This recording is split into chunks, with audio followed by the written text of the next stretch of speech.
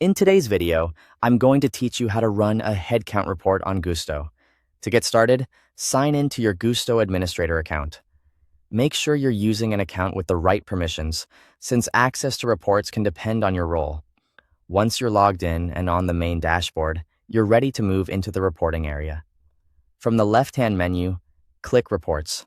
This is where Gusto stores a variety of reporting tools that help you review payroll, employee, and company data. If you're looking for headcount information, this is the place to begin. Next, open the Reports library and select Employee Summary. This report is useful because it gives you a clear overview of your employee directory information in one place. For headcount purposes, this is typically the report you'll want to use to see who is currently included in your records. After opening the Employee Summary report, look for the Sort by option.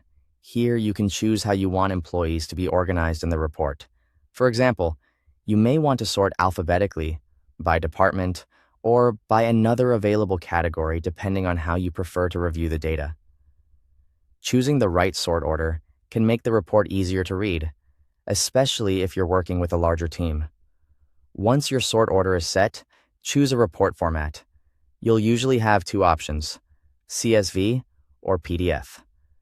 A CSV file is a good choice if you want to analyze the data further in a spreadsheet program or filter and sort it later. A PDF is better if you want a clean, ready-to-read version that's easy to share or save for reference. Pick the format that best fits how you plan to use the report. Now click Generate Report. Gusto will begin preparing the file based on the settings you selected. Depending on the amount of employee data in your account, this may take a few moments, so give it a little time to finish processing. When the report is ready, download the file. Save it somewhere easy to access so you can review it right away or come back to it later if needed.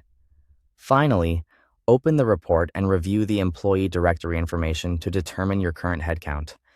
As you go through the list, you can confirm how many employees are included and use that information for planning, reporting, or general record keeping.